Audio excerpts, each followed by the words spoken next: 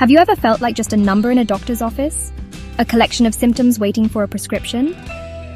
This feeling is becoming all too common in our modern healthcare system. It's a system that's incredibly good at treating emergencies, but often falls short when it comes to chronic illness and promoting genuine wellness. The truth is, many of us feel that something fundamental is missing from medicine today. We sense a disconnect, a lack of humanity, and an over-reliance on technology and drugs. This is not just a feeling, it is a reality born from the very foundations of how our doctors are trained. This essay explores the powerful ideas presented by Dr. B.M. Hegde in his eye-opening book, What Doctors Don't Get to Study in Medical School. Dr. Hegde is not just any doctor, he is a respected cardiologist, a professor, and a visionary who has dedicated his life to questioning the status quo. He argues that medical education has lost its way, focusing too much on disease and not enough on the whole person. His book is a passionate plea to bring back the art of healing, to listen to our patients, and to trust the incredible wisdom of the human body. Throughout this exploration, we will walk through the key arguments that Dr. Hegde presents, chapter by chapter. We will look at how the medical curriculum is often shaped by commercial interests, leading to a system that prioritizes profitable treatments over simple, effective prevention. We will examine the pitfalls of depending too heavily on diagnostic tests and pharmaceuticals, which can sometimes cause more harm than good. Dr. Hegde doesn't just criticize, he offers a hopeful vision for a better way forward, one that is rooted in science, but also in compassion, ethics, and a deep respect for a holistic view of health. This isn't an attack on doctors. I am a doctor myself, and I know that most enter this profession with a deep desire to help people. Instead, this is an invitation to look honestly at the system we all operate within. It's a call to action for patients, doctors, and policymakers alike. The goal is to spark a conversation about what medicine could be, a practice that not only treats illness, but also nurtures vibrant, long-lasting health for everyone. Dr. Hegde's work reminds us that the future of medicine lies in combining the best of modern science with the timeless art of compassionate care. The first major challenge Dr. Hegde throws down is a bold one. He argues that modern medical education is not as independent or purely scientific as we might believe. Instead, he suggests that it is heavily influenced by the pharmaceutical and medical device industries. This influence starts right in the lecture halls of medical schools. Companies often sponsor research, fund educational programs, and provide textbooks. While this might seem helpful on the surface, Dr. Hegde warns that it subtly shapes the mindset of young doctors. They learn to see health problems through a lens that favors solutions these companies sell, namely drugs and high-tech procedures. To support this claim, Dr. Hegde points to the way certain conditions are taught. The focus is almost always on a pharmacological fix. A patient with high blood pressure is immediately associated with a prescription for blood pressure medication. A person with high cholesterol is seen as a candidate for statins. What gets left out, or mentioned only as an afterthought, are the powerful lifestyle interventions that can often manage these conditions without medication. Things like nutrition, stress management, and exercise are presented as secondary options, not as the primary, foundational treatments they should be. This creates a generation of doctors who are experts in prescribing but novices in guiding patients towards sustainable, holistic health. The solution Dr. Hegde proposes is a radical rethinking of the medical curriculum. He believes medical schools must reclaim their independence from commercial interests. Education should be funded publicly or through neutral organizations, ensuring that the information taught is unbiased and evidence-based, free from any profit motive. The curriculum itself needs a major overhaul. Instead of being disease-centric, it should be patient-centric.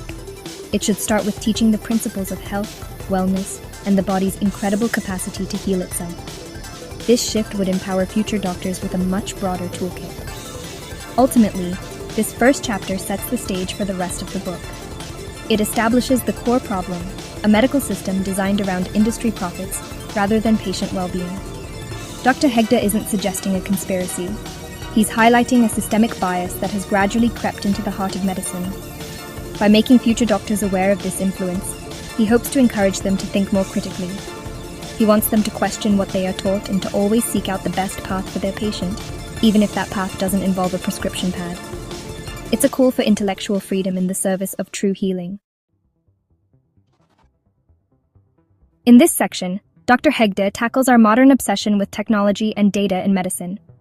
He argues that while diagnostic tools like MRI scans, blood tests, and CT scans are incredibly useful, We have started to rely on them too much. We have begun to treat the test results rather than the patient. A doctor might see a slight abnormality on a scan, or a number that is just outside the normal range on a blood test, and immediately recommend an invasive procedure or a powerful drug. This happens even if the patient feels perfectly fine and has no symptoms. This creates what Dr. Hegde calls non-disease diseases, problems that exist on paper, but not in the person's life. He provides compelling examples to illustrate his point. Consider the case of a perfectly healthy person who gets a full body scan just to be safe. The scan might reveal a small benign cyst on the kidney or a harmless nodule on the thyroid. These findings often trigger a cascade of further tests, biopsies, and immense anxiety for the patient. In many cases, these abnormalities would never have caused any harm if they had been left alone. Instead, the pursuit of diagnostic certainty leads to unnecessary medical interventions, which carry their own risks and costs. We have forgotten that every human body is unique, and normal is a statistical range, not an absolute number. The alternative Dr. Hegde champions is a return to sound clinical judgment. He urges doctors to use technology as a helpful assistant, not as a definitive master. The most important diagnostic tool, he reminds us, is a careful conversation with the patient, a thorough physical examination, and the doctor's own experienced intuition. A good doctor should ask, how does the patient feel? What is their life context? Do these test results actually explain their symptoms? This approach places the human being back at the center of the consultation, preventing the over-medicalization of normal life variations. This chapter is a powerful reminder that more information is not always better information. The relentless pursuit of data can lead us down a rabbit hole of anxiety and overtreatment. Dr. Hegde is not anti-technology. He is pro-wisdom. He advocates for a balanced approach where technology serves the doctor's clinical skills, rather than replacing them. By learning to be comfortable with the degree of uncertainty and trusting their own judgment, doctors can protect their patients from the harm of unnecessary medicalization and focus on what truly matters, the patient's overall well-being. This chapter delves deeper into one of the central problems identified earlier, our system's over-reliance on pharmaceuticals. Dr. Hegde describes a healthcare culture where, for nearly every symptom or condition, there is a pill. Have a headache? Take a painkiller. Feeling sad? There's an antidepressant. Have high cholesterol? Here's a statin. This pill for every ill mentality is convenient for both doctors, who are often short on time, and patients who are looking for a quick fix. However, Dr. Hegde argues that this approach is deeply flawed and often masks the root cause of the problem, leading to a cycle of dependency and side effects. He highlights the significant issue of iatrogenesis, which means harm caused by medical treatment.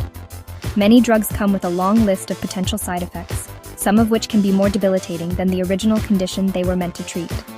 For example, long-term use of certain painkillers can damage the stomach and kidneys. Some medications for diabetes can lead to weight gain, ironically worsening the underlying metabolic issue. Dr. Hegde also discusses the problem of polypharmacy, where elderly patients, in particular, end up taking a cocktail of different drugs prescribed by various specialists. These drugs can interact in unpredictable ways, causing confusion, falls, and a general decline in health. The solution, as Dr. Hegde passionately argues, lies in shifting our focus from pharmacology to physiology. Instead of immediately asking, what drug can I prescribe, doctors should be trained to ask, why is this body out of balance? This requires a deep understanding of how diet, exercise, sleep, stress, and social connection impact our health. For many chronic conditions like type 2 diabetes, hypertension, and even some forms of depression, lifestyle changes are not just an alternative. They are often the most powerful and sustainable medicine. He advocates for doctors to become health coaches, guiding and empowering patients to make these changes. Dr. Hegde's message here is one of empowerment. He wants patients to understand that their health is largely in their own hands and that they have options beyond the pharmacy. He wants doctors to have the courage and the knowledge to prescribe a walk in nature, a dietary change, or a meditation practice with the same confidence they prescribe a pill. This doesn't mean abandoning drugs altogether. They are life-saving in many acute situations. It means reserving them for when they are truly necessary and prioritizing foundational, low-risk, high-reward lifestyle interventions first. This approach promises not just symptom management, but true, lasting healing. In what is perhaps the most heartfelt part of the book, Dr. Hegde mourns the decline of the doctor-patient relationship. He describes a time when doctors were trusted figures in the community, who knew their patients and their families over many years. The consultation was a sacred space for listening and understanding. Today, that has been largely replaced by a transactional, rushed encounter. Doctors, under pressure to see a high volume of patients, often spend more time staring at a computer screen, typing notes and ordering tests, than they do making eye contact and truly listening to the person in front of them. Dr. Hegde shares powerful anecdotes to show why this matters so much. The story a patient tells, their history, is often the most crucial piece of diagnostic information. It contains clues not just about their physical symptoms, but also about their fears, their life stresses, and their beliefs about their illness. A patient might say they have stomach pain, but by listening carefully, a doctor might uncover that the pain only appears after a stressful meeting at work or a fight with a family member. This context is vital. Ignoring it and simply prescribing an antacid misses the real problem entirely and denies the patient the chance to connect their emotional state with their physical health. The solution Dr. Hegde proposes is simple yet profound. Doctors must be taught the art of listening. He believes this should be a core skill taught and examined in medical school, just as important as anatomy or pharmacology. This involves learning to ask open-ended questions, allowing for silence, and paying attention to nonverbal cues. He also advocates for structural changes in the healthcare system to allow for longer consultation times. A 10-minute appointment is simply not enough to build trust and get to the bottom of complex health issues. A strong, trusting relationship is not a luxury. It is a therapeutic tool in itself. Ultimately, Dr. Hegde argues that a good doctor-patient relationship has a measurable healing effect, often referred to as the placebo effect's positive cousin. When a patient feels heard, cared for, and respected, their body's own healing mechanisms are activated. Their anxiety decreases, their immune system functions better, and they are more likely to follow the advice they are given. By restoring the sanctity of the consultation and prioritizing human connection, we can make medicine more effective and far more humane. It's about remembering that at the heart of healthcare are two people, one who needs help and one who is there to provide it. This chapter introduces a concept that is central to Dr. Hegde's entire philosophy: the incredible, self-regulating wisdom of the human body. He argues that modern medicine has become arrogant, often acting as if it is the primary force in healing. We intervene with powerful drugs and complex surgeries, sometimes forgetting that the body itself is the true hero of the story.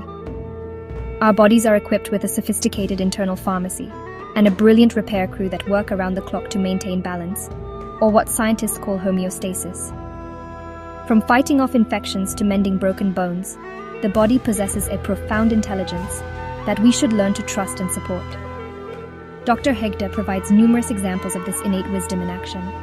He talks about the immune system, a complex network of cells that can identify and destroy invading pathogens with remarkable precision. He discusses the placebo effect, not as a trick, but as tangible proof that our beliefs and expectations can trigger real physiological healing processes in the body.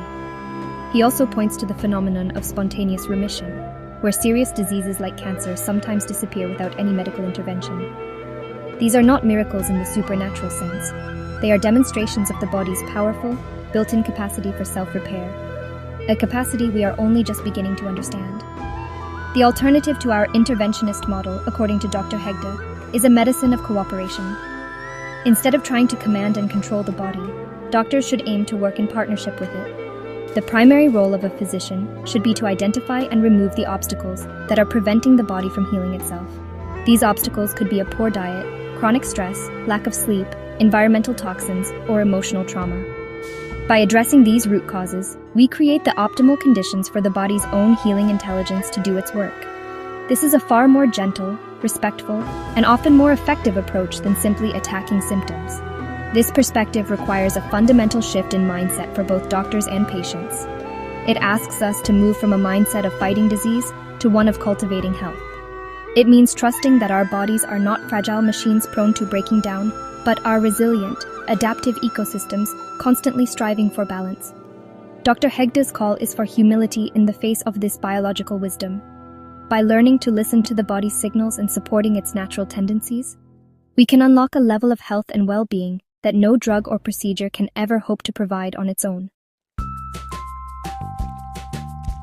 Here, Dr. Hegde makes a passionate case for a radical shift in our healthcare priorities, from treatment to prevention.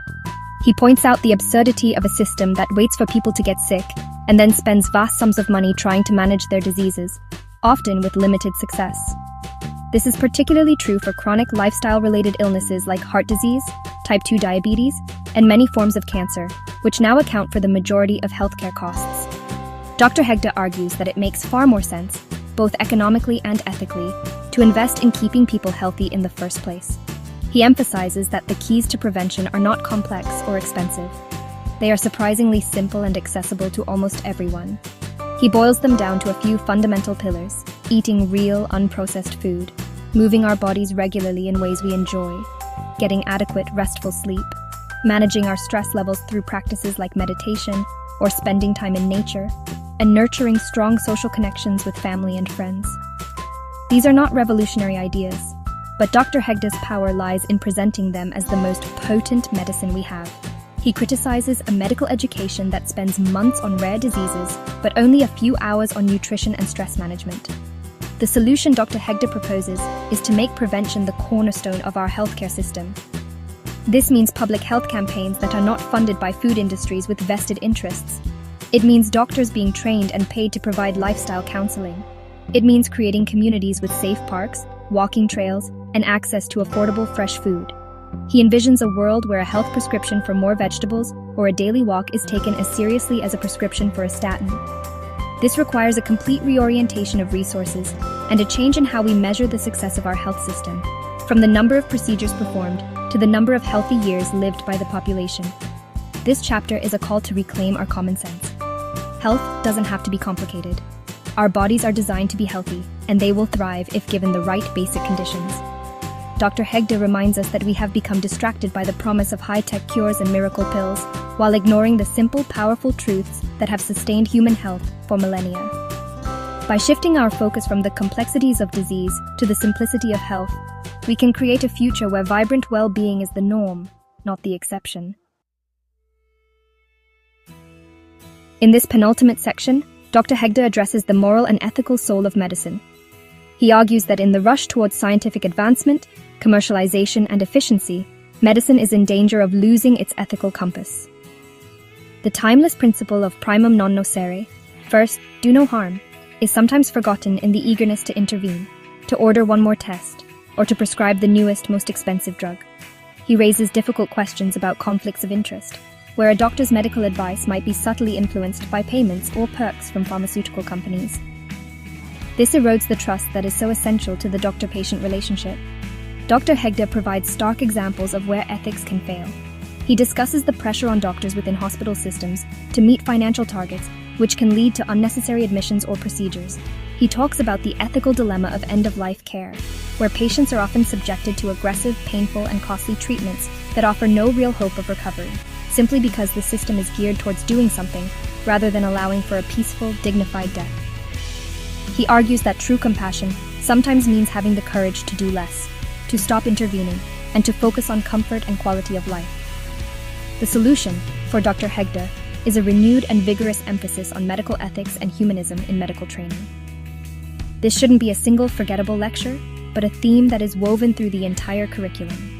Students should be encouraged to reflect on the moral dimensions of their work, to discuss difficult cases, and to cultivate empathy. He believes that compassion is not just a soft skill, but a clinical necessity. A compassionate doctor is a better doctor because they can build trust, understand the patient's true needs, and collaborate with them on a healing journey. This chapter serves as the conscience of the book. It reminds us that medicine is not merely a technical trade, but a moral and humanistic profession. The skills of a doctor are meaningless without a strong ethical foundation and a genuine sense of compassion for the suffering of others. Dr. Hegde's plea is for doctors to see the patient not as a collection of organs or a disease label, but as a whole person with a life, a family, and a story. By putting humanity back at the heart of healthcare, we can heal the system itself and ensure that it truly serves the people it is meant to care for. As we reach the end of this journey, through Dr. B.M. Hegde's profound insights, a clear and powerful message emerges. The modern medical system, for all its incredible achievements, has become unbalanced. It has tilted too far towards technology, pharmacology, and profit, at the expense of human connection, prevention, and the body's own wisdom. The book What Doctors Don't Get to Study in Medical School is not just a critique, it is a blueprint for a brighter future. It is a call to heal our healers by transforming the very way we train them, so they, in turn, can more effectively heal us. The core argument is that medicine must become a practice of whole-person healing once again. This means breaking free from the undue influence of industry and teaching doctors to think critically and independently. It means valuing the art of listening and clinical judgment as highly as the ability to read a scan. It means empowering patients with the knowledge that simple lifestyle choices, what we eat, how we move, how we manage stress, are the most powerful tools for creating lasting health. It is a shift from a reactive, disease-focused model to a proactive, wellness-oriented one. The recurring themes of ethics, prevention, and holistic health are the threads that tie all of Dr. Hegde's arguments together. He consistently reminds us that good medicine must be ethical medicine, always prioritizing the patient's well-being above all else. He champions prevention not just because it is cost-effective, but because it is the most compassionate and logical way to reduce suffering. And his holistic perspective urges us to see health not as the absence of disease, but as a dynamic state of balance between mind, body, and spirit. This is the medicine of the future, a practice that integrates the best of science with the deepest of human values. Dr. Hegde's work leaves us with a sense of hope and a call to action. It challenges all of us, doctors, patients, and policymakers, to demand and help create a better system. It's a system where compassion is considered as vital as corticosteroid, where a conversation is as important as a CAT scan, and where the ultimate goal is not just to extend life, but to enhance its quality. To close, let us reflect on a memorable quote from the man himself, a thought that perfectly encapsulates his entire philosophy. "The best doctor in the world is the one inside every patient. We doctors should be humble enough to be his assistants."